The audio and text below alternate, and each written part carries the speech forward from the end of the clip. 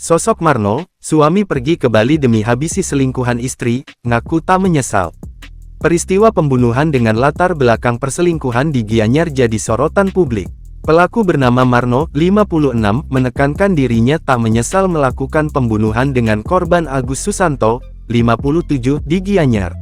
Ketika dihadirkan Polres Gianyar, pelaku pembunuhan sadis itu masih terlihat energik dan semangat layaknya anak muda, dengan gaya rambut disemir warga kuning.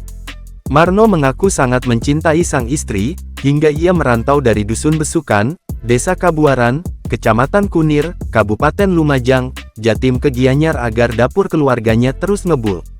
Bermodal skill sebagai tukang bangunan, Marno pun bekerja menjadi buruh bangunan. Ketika tak ada pekerjaan bangunan, ia mengambil pekerjaan sebagai buruh serabutan. Selama di Bali, Marno tinggal di sebuah kos-kosan di kawasan Banjar Tegalinggah, Desa Bedulu, Kecamatan Belah Batu, Gianyar. Di kos-kosan itu, Marno tinggal bersama sang istri. Di kos-kosan tersebut ada sejumlah kamar, yang salah satunya ditempati oleh korban pembunuhan Agus Susanto, 57. Emosinya membuncah ketika tahu bahwa status itu dibuat untuk istri tercintanya. Saat diusut, Marno juga menemukan chattingan sang istri dengan Agus. Ia yang saat itu berada di Lumajang, Jawa Timur bersama istri, lalu meminjam uang pada tetangganya di sana, untuk bisa menyewa travel ke Bali.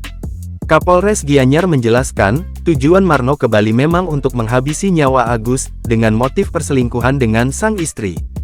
Marno telah mendengar ancaman hukuman atas konsekuensi pembunuhan itu.